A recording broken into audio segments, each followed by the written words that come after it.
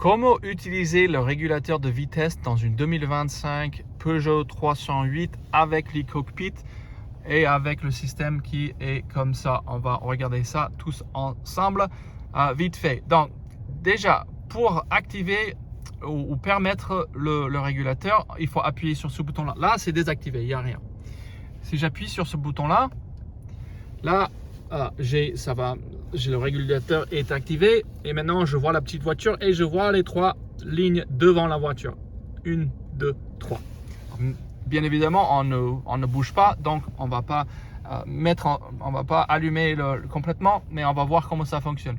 Donc là, avec ça, imaginons que je roule. Et avant de dire ça, je vais dire ça c'est une assistance, une régulateur assistance. Donc ça va aussi, on va fixer la vitesse, mais ça va aussi adapter automatiquement la vitesse selon les voitures qui sont devant nous.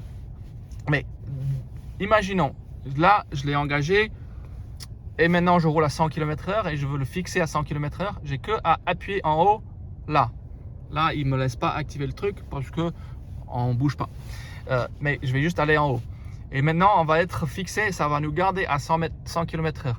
Après, je peux accélérer et décélérer avec ça, en appuyant en haut ou en bas.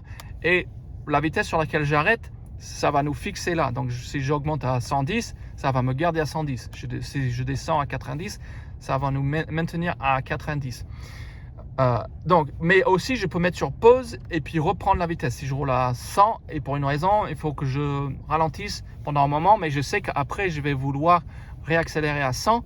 Je peux juste appuyer sur pause, ça va couper et quand après play, ça va nous réaccélérer à 100 km/h.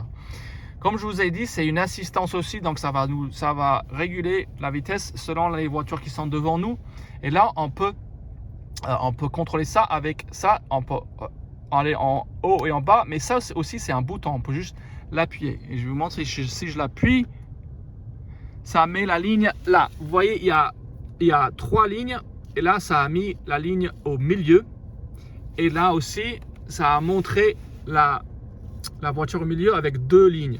Donc ça veut dire c'est la distance que ça va nous garder de la voiture devant nous. Donc ça c'est la distance du milieu. Parce qu'on peut, si j'appuie et je réappuie, là il n'y a qu'une ligne et on voit maintenant c'est cette ligne là. Ça va nous laisser venir beaucoup plus proche de la voiture devant nous.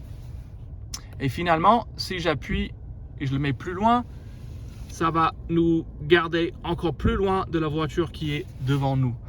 Bon, voilà, c'est aussi simple que ça. J'espère que cette vidéo vous a aidé. Et si vous avez des questions, n'hésitez pas à les poser en bas.